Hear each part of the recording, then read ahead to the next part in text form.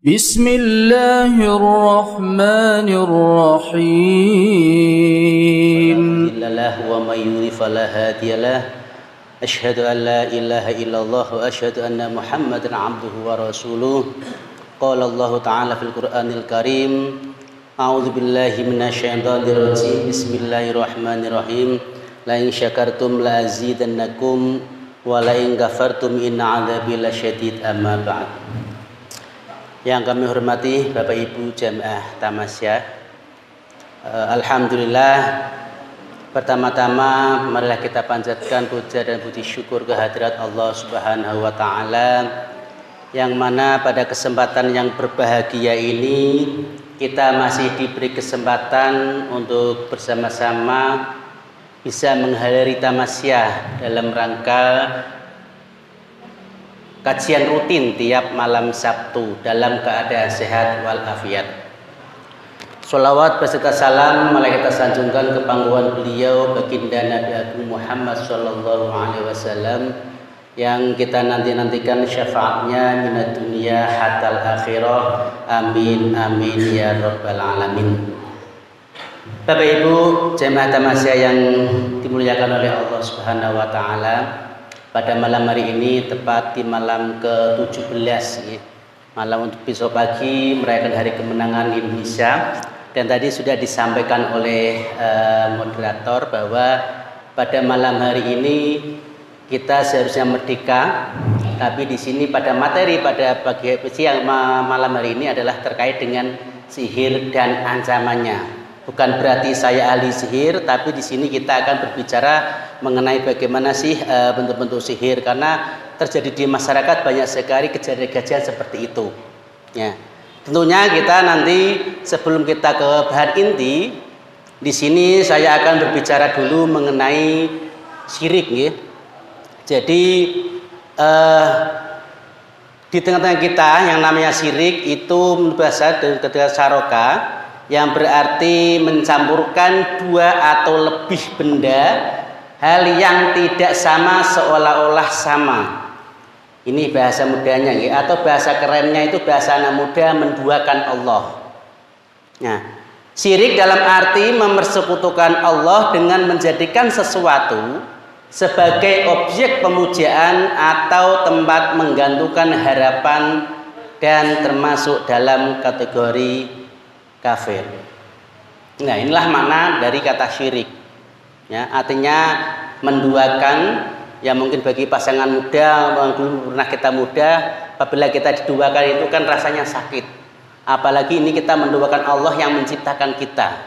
Ya, makanya di sini tadi ada mengatakan menduakan. Nah, syirik kata yang lain itu bisa menyentuhkan Allah dalam bentuk rububiyah, ada uluhiyah, ada asma maupun sifat-sifatnya. Jika seorang hamba meyakini bahwa ada Allah selain Allah yang berhak untuk disembah, atau meyakini ada pencipta, penolong, maka ia telah musyrik, karena dia telah meyakini bahwa selain Allah dia juga percaya kepada kekuatan selain Allah Subhanahu wa taala. Ada juga yang mengatakan bahwa syirik adalah pangkal dari segala kejahatan. Pusatnya kejahatan itu adalah syirik. Dan penyelewengan serta rusaknya pikiran atau tingkah laku, syirik pada hakikatnya adalah ucapan atau akidah tanpa ilmu. Jadi semua ini adalah kategori dalam kategori syirik tersebut. Makanya kalau di sini ucapan atau akidah tanpa ilmu, yaitu pangkal kerusakan manusia atau penyelewengan pikiran atau tingkah laku yang sewajarnya tidak dilakukan tidak sewajarnya. Gitu Bapak Ibu. Nah, apa sih yang menyebabkan manusia atau kita yang melakukan syirik? Ya, yang pertama adalah dhaiful iman. Itulah salah satu tanda-tanda sebab-sebab perbuatan syirik yang dilakukan oleh manusia. Yang pertama adalah dhaiful iman atau lemahnya iman. Jadi seseorang yang imannya lemah itu cenderung berbuat maksiat. Lemahnya rasa takut kepada Allah ini akan dimanfaatkan oleh hawa nafsu untuk menguasai diri kita sendiri. Makanya kita dianjurkan untuk menguatkan iman kita agar nafsu itu tidak bisa kita kendalikan. Ya. Jadi akan dimampukan nafsu untuk menguasai diri sendiri. Ketika seseorang dibimbing oleh hawa nafsunya, artinya ketika nafsu sudah menguasai diri kita, maka tidak mustahil kita akan jatuh ke dalam perbuatan-perbuatan syirik. Ya. Atau selalu merujuk pada para dukun atau penampilan tetap mengikat hati oleh orang banyak, itu ketika ada lemahnya iman kita. Maka seringlah kita harus memperkuat ketebalan iman kita dengan cara kita bertakwa kepada Allah, menjalankan semua perintah dan menjauhi larangan-larangan. Itu adalah salah satu penyebab perbuatan syirik manusia yang pertama, yaitu dhaiful iman. Imannya kita lemah. Walaupun kadang namanya iman seseorang itu ada berbeda-beda tingkatan. Ada tingkatan tinggi, tingkatan sedang-sedang, ada tingkatan paling rendah. Namanya manusia itu pasti kadang ya pas regep ya tinggi, kalau pas mungkin lagi ada masalah ya pas rendah-rendahnya. Disitulah nafsunya akan menguasai. Apakah nafsu itu bisa mengalahkan diri kita atau justru kita bisa menangkal nafsu itu, tergantung bagaimana caranya kita menangkalnya itu sendiri. Kembali kepada diri kita sendiri. Nah, ciri-ciri iman yang lemah, Bapak yang dirahmati Allah, yang pertama adalah tidak menyesal perbuat dosa. Lah ini yang repot. Tidak ada rasa penyesalan sama sekali. Dosa tapi tidak merasa berbuat dosa. Inilah salah satu ciri-ciri iman yang lemah. Terus yang kedua, ada beribadah tidak dengan hati. Ada hati yang kaku, namanya hati yang kaku itu yang keras, yang tidak mau menerima masukan, saran dan lain, sehingga nur itu tidak akan bisa masuk ke dalam manusia itu sendiri apabila hatinya kaku. Kan kadang ada orang itu yang ketika dikasih nasihat dia tidak mau. Ada yang mengatakan sok pinter, sok alim. Nah itu nggak boleh. Namanya kita dinasihati berarti itu orangnya sayang kepada kita. Mereka tidak ingin kita berbuat yang tidak baik. Makanya di sini adalah hati yang kaku. Itu bagaimana caranya hati kita selalu bisa menerima saran masukan dari orang lain. Itulah salah satu ciri-ciri iman yang lemah. Bapak Ibu, selanjutnya itu adalah tidak terpengaruh dengan ayat-ayat Al-Quran. Kita sering mendengar membacakan ayat Al-Quran, kadang ada yang merasa merinding, kadang ada yang tidak. Itulah yang membedakan ketika orang beriman itu ketika mendengarkan ayat-ayat Allah atau membaca ayat-ayat Allah, itu dia pasti akan merasa merinding. Apalagi mungkin yang suaranya bagus, ngajinya bagus, itu merasa nyaman. Kadang ada di gini, ada berdiri gitu loh. Ya. Tapi bagi orang yang tidak beriman, itu mau bedel bagaimanapun, ketika ada bacaan Al-Quran, dia tidak akan pernah merasakan mungkin merinding atau apa begitu. Disinilah ciri-ciri iman yang lemah. Ketika dibacakan ayat-ayat Allah, dia tidak merasakan getaran-getaran iman tersebut. Sehingga apa? Sehingga mau model bagaimana tadi, itu dia tidak akan bisa menerima cahaya-cahaya dari Al-Quran tersebut. Makanya kita mumpung masih diberi kesempatan untuk bernafas di dunia ini, maka gunakanlah kita untuk selalu membaca Al-Quran. Walaupun Al-Quran itu benda mati, tapi besok itu yang akan kelak mendapatkan syafaat dari membaca Al-Quran. Walaupun sekarang ini setan gepeng yang memengaruhi diri kita, Bapak Ibu. Nah, gara-gara setan gepeng ini kadang kita lupa untuk mengaji. Nah, dikit-dikit setan gepeng, dikit-dikit. Tapi kalau kita manfaatkan dengan baik, di dalam setan gepeng ada aplikasi Al-Quran. Itu lebih hemat secara positif, ini lebih enak, bisa dibawa kemana-mana, bisa buat mengaji. Kan nggak mungkin kita pakai mushaf kemana-mana, tapi kan ini tergantung. Makanya saya sering bilang setan gepeng ini bisa berbuat baik, juga bisa berbuat tidak baik, tergantung bagaimana caranya kita menggunakan HP tersebut. Nah, inilah ciri-ciri iman yang lemah. Dan yang kelima adalah serakah. Ya. Orang serakah itu memang ada, ya. Makanya itu filosofinya orang ketika melahirkan pasti tangannya menggenggam. Itulah maksudnya. Maksudnya apa? Manusia itu adalah serakah. Ketika meninggal pasti tangannya membuka, sudah dilepas. Nah, namanya manusia itu pasti ada serakah, ada yang tidak. Disinilah jadi iman yang lemah. Orang yang imannya lemah dia pasti serakah, mau mengumpulkan harta sebanyak-banyaknya.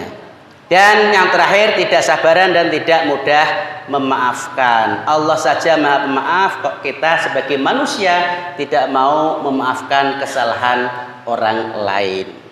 Atau biasa dikatakan ya mungkin kakulah hatinya begitu. Ya, seberat apapun kita harus berusaha untuk saling memaafkan. Ingat, Allah saja memaafkan kita, masa kita sebagai manusia, sebagai insan tidak mau memaafkan. Bapak Ibu yang dirahmati Allah Subhanahu wa taala, sebab-sebab dari perbuatan syirik tadi ada dhaiful iman, lemahnya iman. Terus yang ini yang kedua adalah al-jahlu atau kebodohan, nggih.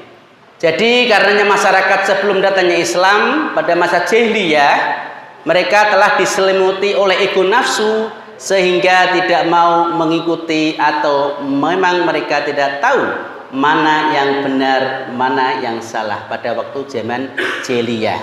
Nah, dalam kondisi ini penuh dengan kebodohan, orang-orang itu lebih cenderung untuk berbuat musyrik. Karena semakin jahiliyah suatu kaum, bisa dipastikan kecenderungan berbuat syirik semakin kuat, ya. Karena Allah itu yang mengetahui yang gaib, maka tidak memperlihatkan kepada seseorang pun tentang hal-hal yang gaib. Quran surah Al-Jin. Nah, inilah tentang kebodohan. Ini juga salah satu yang mengakibatkan dengan orang yang syirik. Terus yang ketiga ini adalah taklid. Taklid itu bahasa mudahnya melu-melu, tidak ada dasar hukumnya, ikut-ikutan secara membabi buta. Dalam Al-Quran Allah menggambarkan bahwa orang-orang yang menyekutukan Allah selalu memberi alasan mereka melakukan itu karena mengikuti jejak nenek moyang. Mungkin inilah yang terjadi di masyarakat kita. Pokoknya melu-melu turun-temurun, nah itulah yang dilakukan dari nenek moyang kita. Nah, apabila mereka melakukan perbuatan keji, mereka berkata kami mendapati nenek moyang kami mengerjakan yang demikian itu. Mungkinlah Bapak Ibu yang ketika mungkin di desa, di kampung ketika ada sesuatu, ya itulah mungkin yang dinamakan mengikuti nenek moyang yang tidak ada dasar hukumnya. Ya, mungkin banyaklah kejadian-kejadian yang di masyarakat kita. Ya, tuh Bapak Ibu. Nah, ini adanya taklid, ini yang menunjukkan dari syirik tersebut. Nah, apa sih bentuk-bentuk perilaku syirik? Ya, yang pertama adalah menyembah berhala. Ini adalah perilaku syirik. Ya, kalau tadi adalah bukan syirik, yang ini perilaku syirik. Yang pertama adalah menyembah berhala. Sebelum nanti kita masuk ke inti yaitu tentang sihir. Nah, ini untuk mengawali dulu. Nah, praktek penyembahan berhala ini sudah berlangsung lama. Okay? Jadi para nabi dan rasul mengajak dan meluruskan sistem penyembahan mereka kepada monoteisme yang menyembah hanya kepada Allah. Ini pada zaman dahulu ini. Jadi mereka masih menyembah berhala. Ketika itu Nabi Ibrahim ya itu menghancurkan berhala. Nah itu karena cerdasnya Nabi Ibrahim, maka Nabi Ibrahim masih menyisakan satu patung, satu berhala. Dan situlah Ibrahim menunjuk inilah yang menghancurkan berhala, padahal dirinya yang menjatuhkan berhala. Tapi karena satunya ini menuju kepada berhala, 1, 2, 3, 4 menuju pada dirinya sendiri, sebenarnya dia mengakui bahwa Nabi Ibrahim lah yang menghancurkan berhala. Tapi dia menunjukkan ini loh berhala yang menghancurkan berhala lainnya. 1 melawan 4 menunjuk ke dirinya sendiri.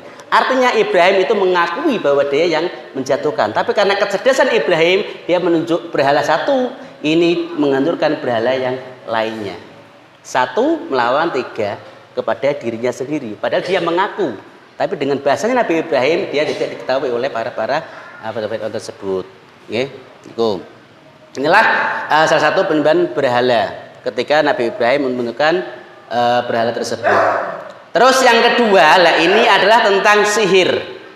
Ini sudah masuk ke inti ya. Jadi sihir ini termasuk perbuatan syirik. Sihir ini. Perbuatan sihir merupakan perbuatan yang dapat menipu atau mengelabui orang dengan bantuan setan atau jin. Ingat ya, namanya sihir itu adalah mengelabui yang bisa membuat menipu atau dengan bantuan setan atau jin. Masa bisa orang bisa menyuruh setan dan jin? Nah, itu nanti larinya ke dukun itu nanti. Ya. Makanya di sini ada hadis menyebutkan sesungguhnya mantra, azimat, guna-guna adalah perbuatan syirik. Nah, biasanya di kampung-kampung juga model-modelnya masih menggunakan azimat dan lain-lain. Termasuk yang saya pakai ini sebagai media contohnya ini. Nah, ada yang mengatakan ini kalau ada yang tahu katanya ada isinya, tapi memang ada isinya batu kan begitu. Nah, tapi bagi yang tahu-tahu masalah itu biasanya ada mungkin apanya kan gitu. Tapi nggak tahu, makanya ini hanya sebagai media saja. Ya, begitu.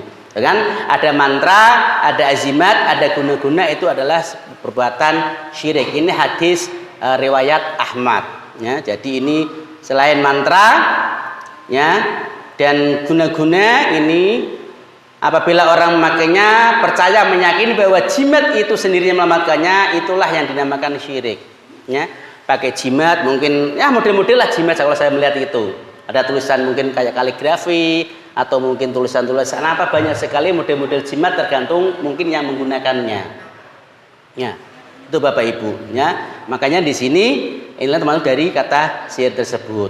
Nah, kecuali ya kalau di sini yang pakai jimat itu mungkin menggunakan tulisan Arab dan lainnya, dan kecuali hanya Allah lah yang menyembuhkan, hanya Allah lah yang menyelamatkan, itu tidak menjadi masalah. Yang menjadi masalah apabila dia tergantung bahwa ini kekuatan dari jimat tersebut. Inilah yang menjadikan lemahnya iman kita. Sehingga kita percaya bahwa ajimat itu bisa mendatangkan keberuntungan. Nah, itu. Terus ada peramalan Bapak Ibu. Di sini juga mungkin banyak juga terjadikan di peramalan ya. Itu artinya menentukan atau memberitahukan tentang hal-hal yang gaib pada masa-masa yang datang, baik dilakukan dengan ilmu perbintangan, membaca garis tangan dan lain-lain, meramal. Namanya meramal itu juga kita tidak harus 100% percaya. Namanya meramal itu bisa terjadi, bisa tidak. Ya, contohnya lah badan meteorologi. Oh, kira-kira ini musim hujan, akan terjadi hujan, ternyata tidak hujan. Itu hanya kira-kira. Makanya di sini dengan peramal itu hanya mengira-ngira, kira-kira. Namanya kira-kira berarti ada dua kemungkinan terjadi apa tidak. Tetapi ini tetap kuasa Allah yang menentukan. Walaupun hujan itu tidak, mendung tidak berarti hujan, kan begitu. Kadang ada juga yang panas mentereng tiba-tiba hujan, kita nggak tahu. Makanya semua itu adalah kembali kepada Allah Subhanahu wa Ta'ala. Nah, terus mempercayai ahli nujum dan ahli tenung. Wah, ini agak berat sedikit ya. Jadi dukun itu orang yang dianggap mampu memberitahukan hal-hal yang gaib pada masa datang yang tersirat dalam naluri manusia. Nah, makanya ini dukun ya. Ada orang mengatakan dukun itu yang udu rukun. Nanti ketika dakwahnya pasti akan terjalin komunikasi yang baik. Tapi dukunnya orang Islam ya, yaitu dukun duduknya yang tekun. Artinya apa? Artinya kita beribadah kepada Allah.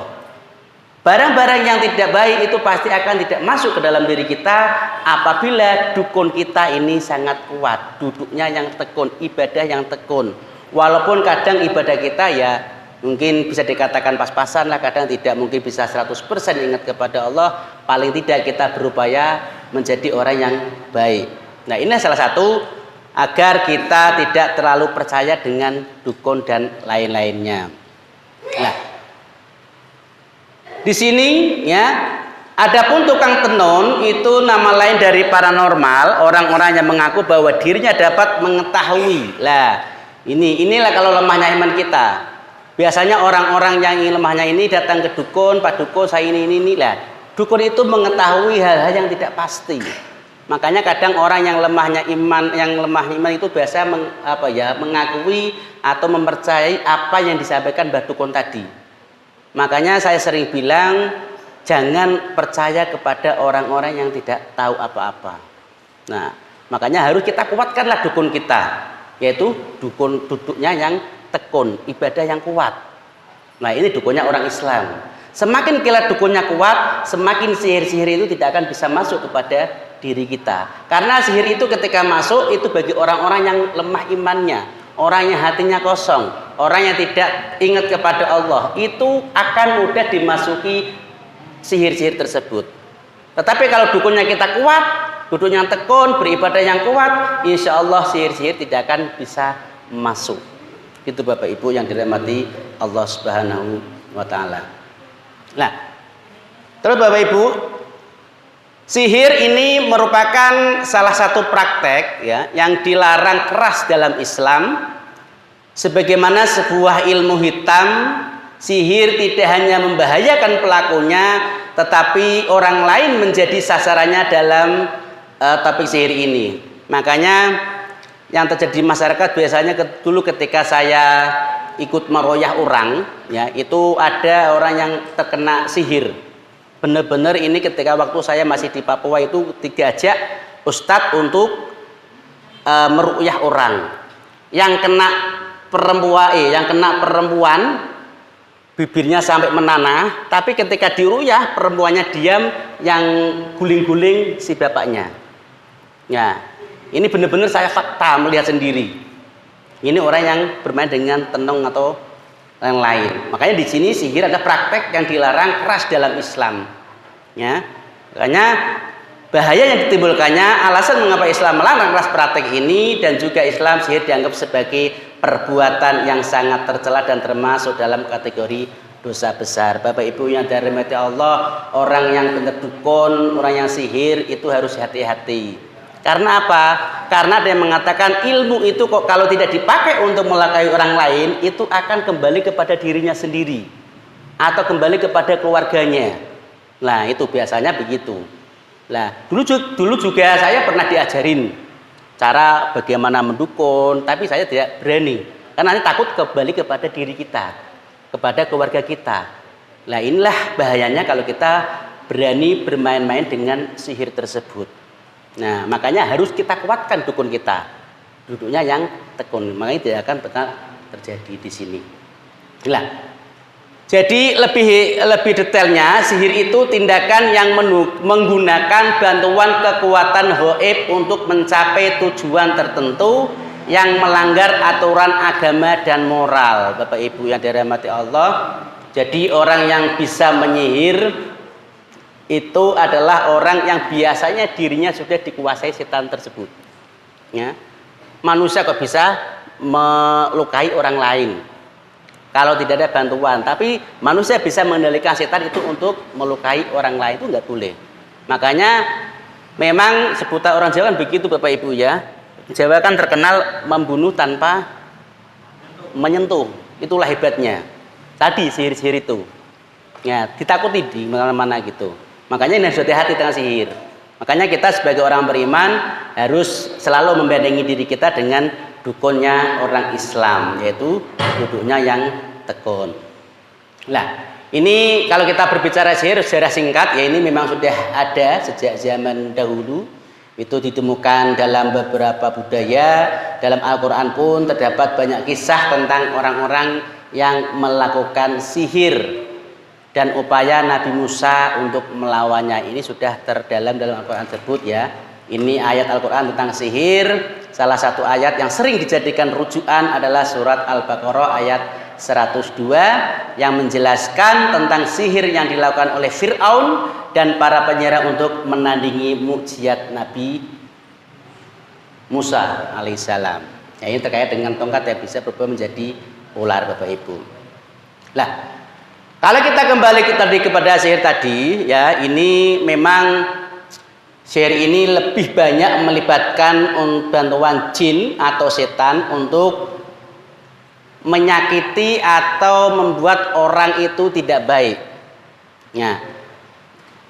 Makanya di sini yang bisa menyebabkan kufuran atau merusak ikhlasan ibadah, memahami dan menjauhi syirik adalah kunci untuk mencegah kemurnian iman dalam Islam. Inilah sihir yang harus kita jauhi. Jangan sekali-kali kita belajar atau mendekati terkait dengan sihir tersebut.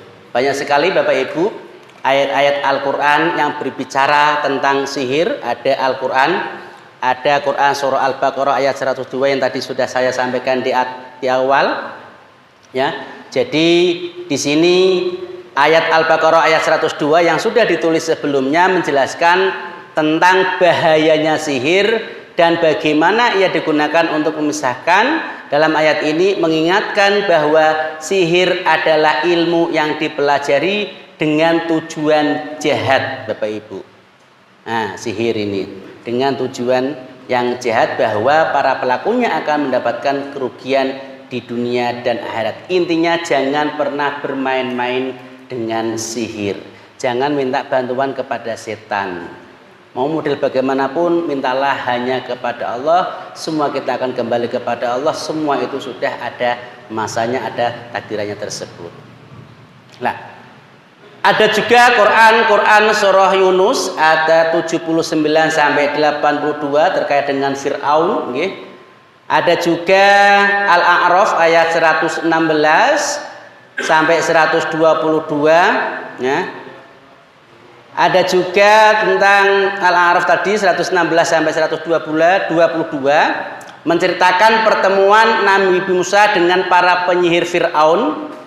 Fir'aun mengumpulkan penyihir-penyihirnya, berarti ini sudah ada pada zaman dahulu ya, terkait dengan sihir menyihir untuk menantang mukjizat Musa ya. Tetapi dengan izin Allah tongkat Musa berubah menjadi ular yang menelan semua sihir mereka. Nah, ini sudah pada masa Nabi Musa. Ini sudah terjadi perang antar sihir ini ya. Jadi tafsir ayat ini menegaskan bahwa sihir yang didasarkan pada tipu daya tidak dapat mengalahkan mukjizat sejati dari Allah Subhanahu wa ta'ala. Lagi-lagi adalah pertolongan Allah yang sangat kuasa, maka apapun itu perbuatan-perbuatan yang melarang Allah itu bisa terkalahkan dengan kehendak Allah itu sendiri ya. Nah, makanya kisah ini mengajarkan pentingnya keimanan kepada Allah dan keyakinan bahwa kebenaran dan bantuan Allah akan selalu menang atas kejahatan.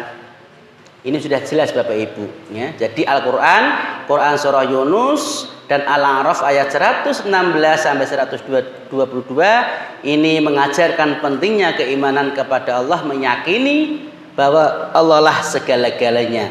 Allah lah meminta segalanya. Untuk itu kita tidak boleh percaya selain Allah. Nah, jadi manfaat ya dari kita berhikmah dari sihir tersebut adalah membantu memahami pandangan Islam tentang sihir dan bagaimana sihir dilihat sebagai perbuatan setan. Nah, sihir ini. Jadi kalau suruh mempraktekkan saya nggak bisa karena bukan ahlinya sihir menyihir ya.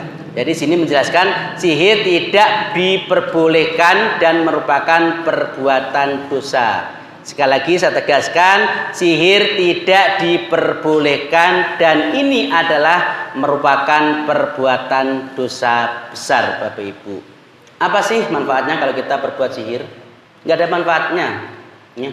Paling ujung-ujungnya kita akan dijauhi oleh warga dan lain-lain begitu. Memang ada orang tertentu yang bisa melakukan sihir menyihir, ada beberapa, tapi tidak semua orang bisa. Tapi kembali lagi kepada diri kita. Apakah kita imannya kuat apa tidak? Karena tadi kalau kita lemahnya iman kuat tadi itu akan terjerumus kepada hal-hal yang tidak baik. Inilah manfaat bagi kita mencari sihir tersebut. Nah, Bapak Ibu yang dirahmati Allah, jadi dalam jenis-jenis sihir ya, ini terdapat jenis-jenis sihir yang bisa kita ketahui bersama mungkin yang ada di Indonesia ya. Ini ada sihir penyakit. Ini yang mungkin bagi di kalangan beberapa orang ini ada yang meyakini ya, sihir penyakit atau jenis sihir yang bertujuan menimbulkan berbagai macam penyakit. Anehnya ini kadang ada yang ketika ada warga itu kadang ketika diperiksa di ronsen itu tidak kelihatan penyakitnya, tapi sakitnya minta ampun. Nah, ini yang ditakutkan.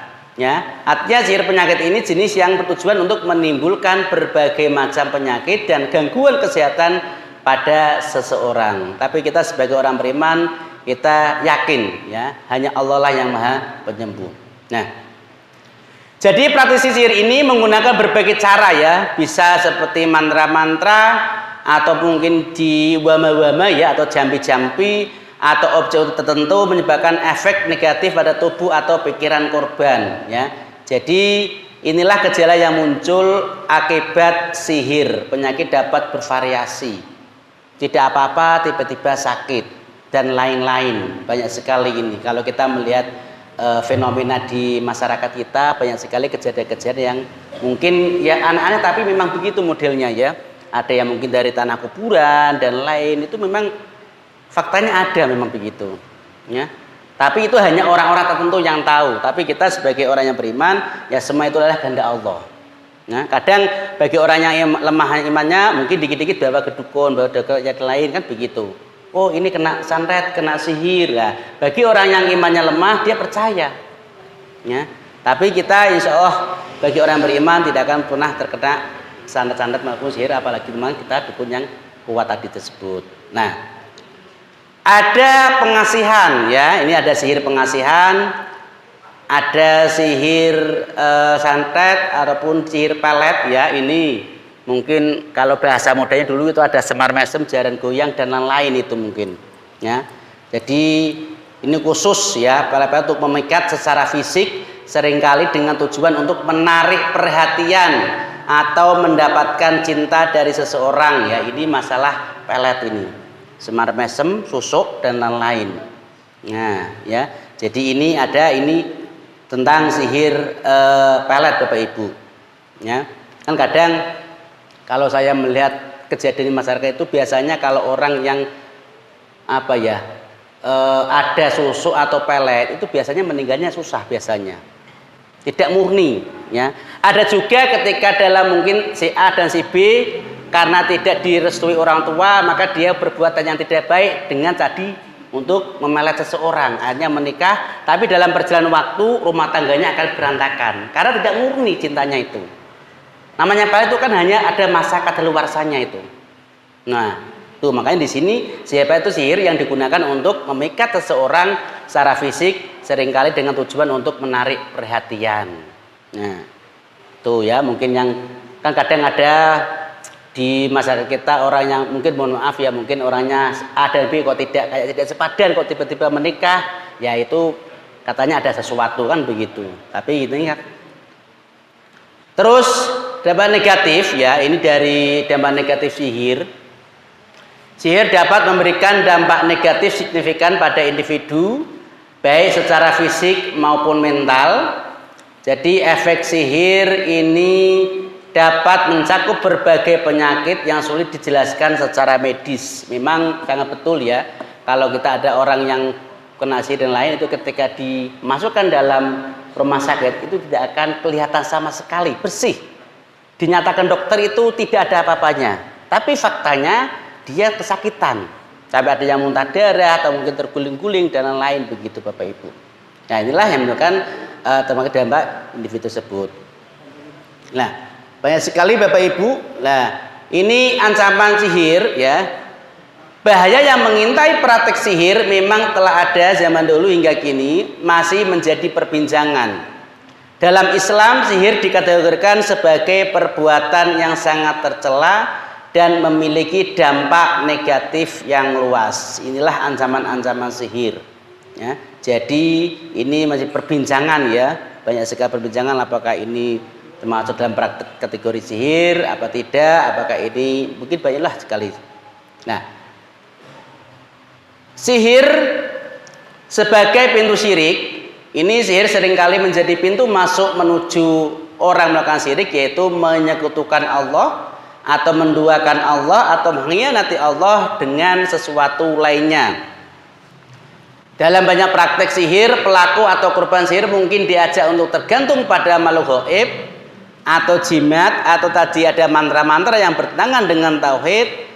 Ketergantungan padahal ini menggantikan kepercayaan kepada Allah. Makanya inilah sihir sebagai pintu musyrik. Kalau kita percaya dengan sihir, maka pintu-pintu musyrik itu akan terbuka dengan lebar. Artinya apa? Artinya kita percaya selain kekuatan Allah Subhanahu wa taala. Itu Bapak Ibu. Memang sihir itu sebagai pintu, bukan syirik tersebut. Nah, bagaimana sih untuk perlindungan dari sihir, ya, agar kita terhindar? Untuk melindungi diri kita dari sihir, ini kita dianjurkan yang pertama adalah memperkuat iman. Dengan iman yang kuat, seseorang akan terhindar dari godaan setan untuk melakukan atau percaya pada sihir. Apapun yang kita lakukan, kalau kita ingat kepada Allah, maka kita tidak akan percaya satu apapun itu. Harus memperkuat iman kita. Terus yang kedua, membaca Al-Quran, Bapak Ibu, ya. Jadi membaca Al-Quran secara rutin adalah salah satu cara untuk mendapatkan perlindungan dari Allah Subhanahu wa Ta'ala. Lihat, pertanyaannya, apakah kita sudah sering membaca Al-Quran? Itu akan menjadi pertanyaannya. Apakah kita terlena dengan setan gepeng? Karena biasanya bangun tidur yang dipegang HP-nya dan lain-lain, kan begitu Bapak Ibu. Nah, makanya disinilah membaca Al-Quran secara rutin mendapatkan perlindungan dari Allah Subhanahu wa Ta'ala. Dan tak lupa kita berdoa kepada Allah agar dihindarkan dari segala macam kejahatan termasuk sihir. Sihir tidak akan pernah masuk apabila tadi ini iman kita harus kita kuatkan, sering membaca Al-Quran dan berdoa kepada Allah. Insya Allah sihir tidak akan masuk kepada diri kita.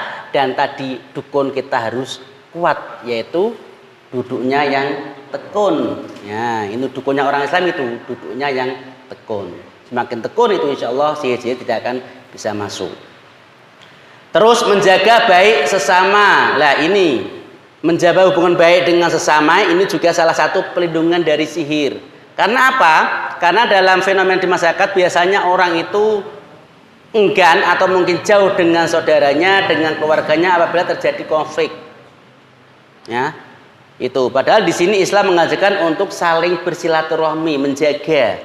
Ya, walaupun kadang dalam keluarga kadang ada cekcokan dan lain, nanti kadang ujung-ujungnya tadi saling menyantet, sihir, kan begitu ujung-ujungnya, mungkin masalah harta atau masalah warisan dan lain-lain. Banyak sekali kejadian-kejadian, bukan hanya dengan keluarga, bahkan saudara kandung pun kadang juga ada yang model begitu.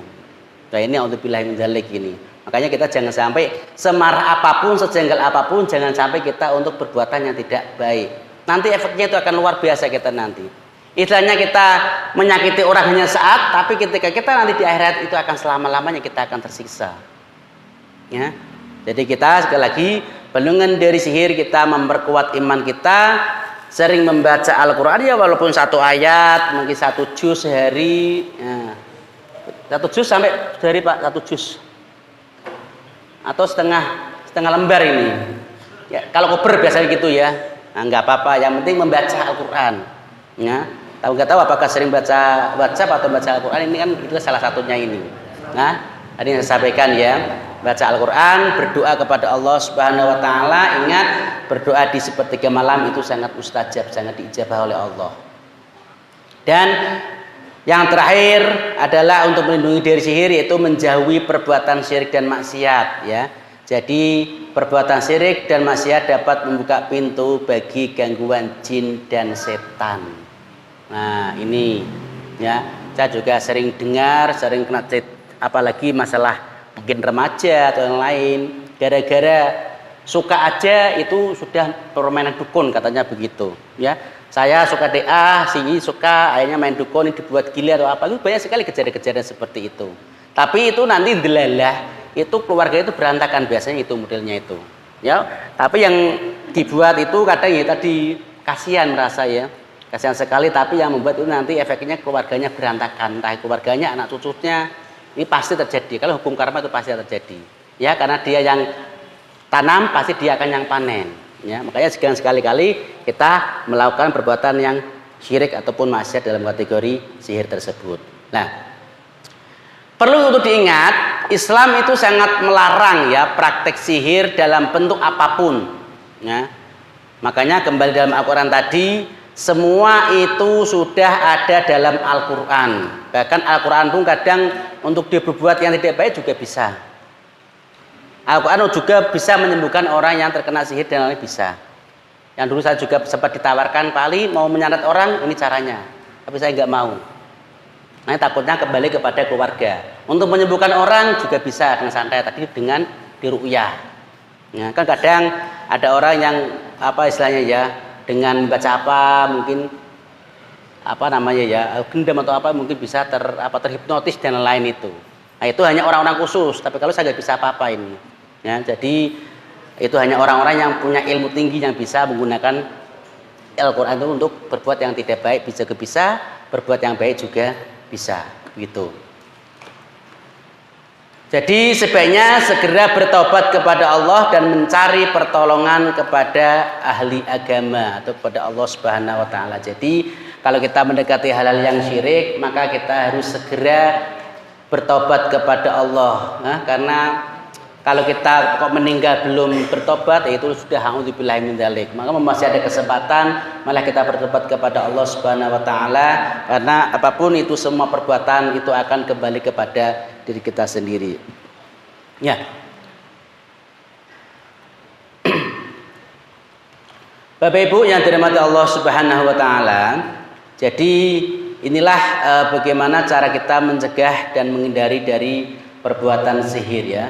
Tadi sekali lagi saya ingatkan di malam tirakat ini kita tirakat tolabul ilmi ya. Malam ke-17 maka kita harus tingkatkan kualitas iman kita ya. Iman yang kuat kepada Allah adalah benteng terkuat dari segala bentuk gangguan ya. Ini termasuk sihir ya. Jadi semakin iman kita kuat, semakin benteng, semakin kokoh, sihir tidak akan pernah masuk kalau iman kita kuat. Tadi saya sudah menyatakan di awal, ya namanya iman kadang ya naik turun wajar. Tapi kita yang paling berat itu menjaga istiqomah keimanan itu yang paling berat. Namanya istiqomah itu memang berat sekali. Ya, makanya dengan iman yang kokoh kita akan selalu merasa tenang dan tidak mudah terpengaruh oleh hal-hal yang negatif. Kalau kita iman kuat, tidak akan pernah terpengaruh oleh pikiran-pikiran yang tidak baik. Ya, terus meningkatkan ibadah kita, perbanyak ibadah seperti sholat ya, walaupun kadang sholat kita ya anggaplah mungkin tidak bisa 100%, tapi upayakan kita selalu terus sholat untuk berjamaah, karena itu benteng kita ya. Karena dengan sholat insya Allah juga tidak akan terkena sihir. Dengan puasa, dengan membaca Al-Quran, berzikir, ibadah yang khusyuk dan mendekatkan diri kepada Allah dan memberikan yang perlindungan itu sendiri. Makanya inilah tata cara. Jadi saya bukan mengajarkan bagaimana cara menyihir, tapi tata cara bagaimana kita menghindari agar tidak terkena sihir. Ya. Tapi kalau praktek sihir bukan ahlinya. Ya. Tapi kalau menghindari itu lebih baik daripada apa itu? Menghindari lebih baik daripada mengobati, Pak. Mempraktekkan kan begitu ya. Lebih baik kita menghindarilah. Ya, daripada kita mempraktekkan. Berat sekali kalau kita sudah termasuk dalam kategori sihir itu. Karena biasanya orang sihir itu memang dirinya itu sudah dikuasai duluan. Ya. Dan bukan orang-orang biasa-biasa saja itu. Ya. Terus ya kalau membaca doa perlindungan ya banyak sekali. Mungkin kita sebelum tidur ya membaca doa-doa, mungkin ayat Quran Anas atau Al-Falaq atau Al-Ikhlas, banyak sekali lah.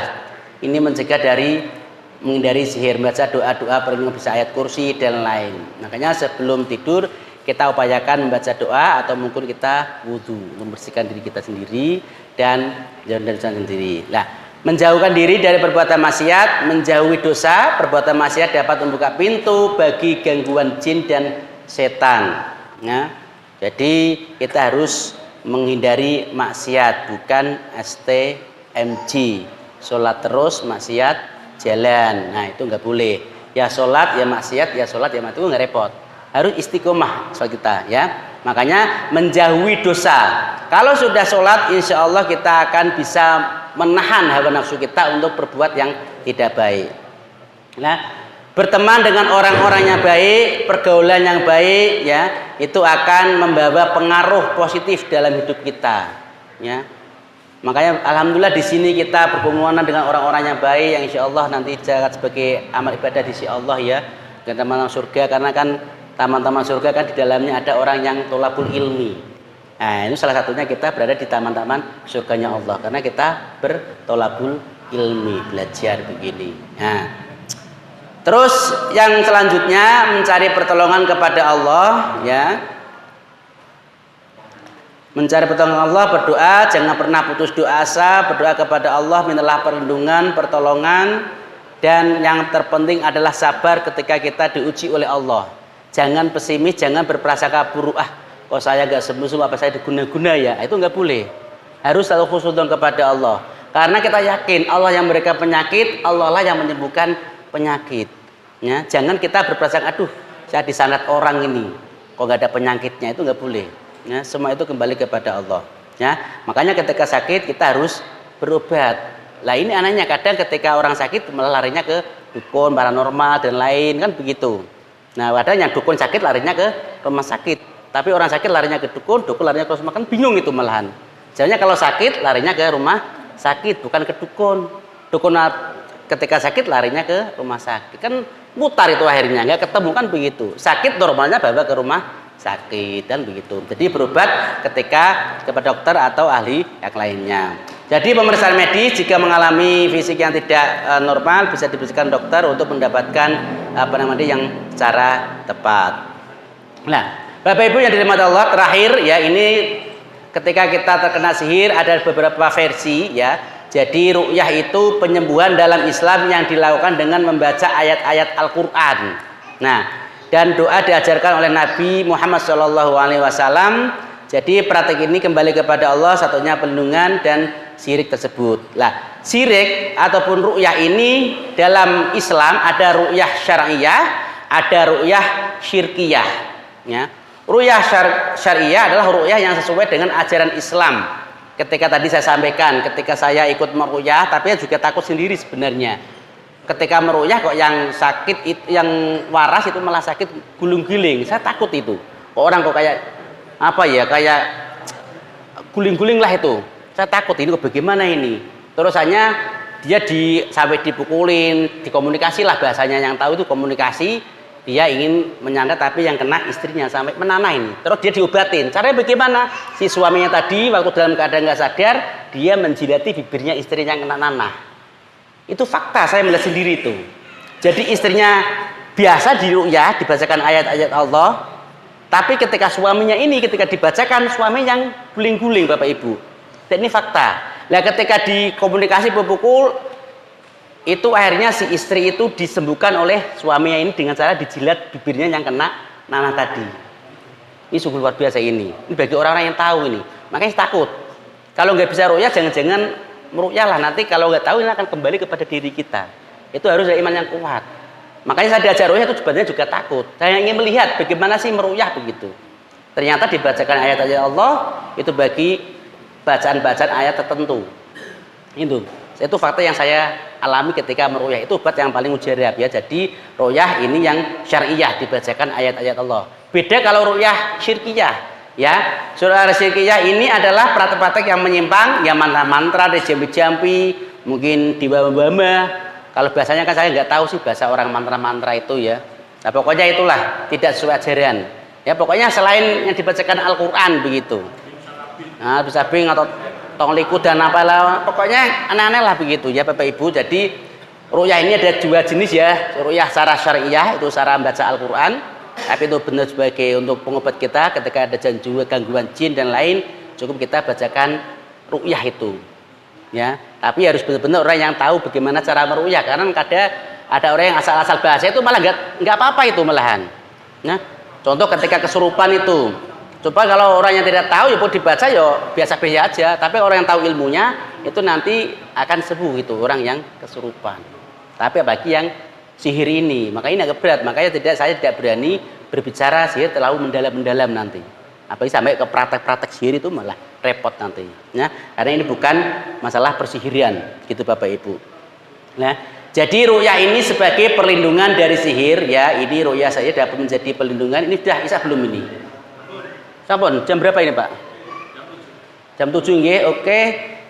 Yang perlu dihindari dari ruqyah ini gitu ya, itu percaya pada dukun atau paranormal ini sebagai penutup nggih. Jadi menggunakan jimat atau benda-benda bertuah dan merasa takut berlebihan, rasa takut justru akan membuat kita rentan terhadap gangguan.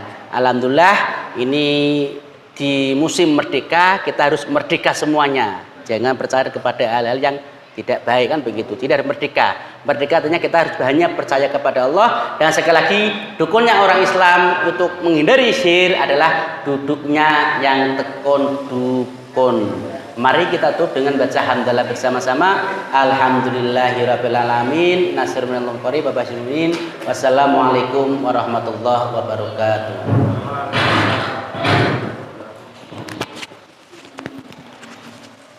Terima kasih Pak Ali telah menyampaikan ceramah mengenai sihir dan ancamannya.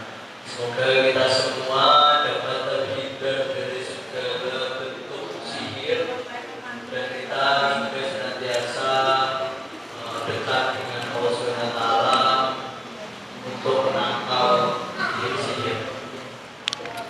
Dan tadi juga sudah disampaikan bagaimana cara mengatasi sihir itu sendiri. Karena waktu sudah menunjukkan waktu istirahat barangkali mungkin sesi tanya jawab bisa langsung dihubungi sana. Terima kasih. Kami Untuk jawab tak? Tanya jawab tak? Enggak tahu. gimana ada Bapak? Boleh. Waduh, Dokter nomor satu saja. Mau 17. mau tirakatan dulu. Monggo Pak, monggo Pak. Mungkin singkat saja Pak. Waalaikumsalam warahmatullahi wabarakatuh. Sebenarnya batak ini ada sejarah atau bahasanya lewat dari malaikat juga sudah ada dengan masuk dengan Sulaiman dan Isa semuanya ada riwayatnya. Bahkan sampai sekarang pun maaf ya, tidak ada maaf bukan kurang dan itu kenapa? Tiga orang saya duduk kenalan ya. Nggih. Saya melihat fenomena kiai kalau kiai kok kados sangat-sangatkan. Saya ini. Ah, nggih, nggih. Ya, kados kalian ini maaf ya. Kalau orang enggak Ki mati urip iki. Mati. Katene sewe. paribasan kan orang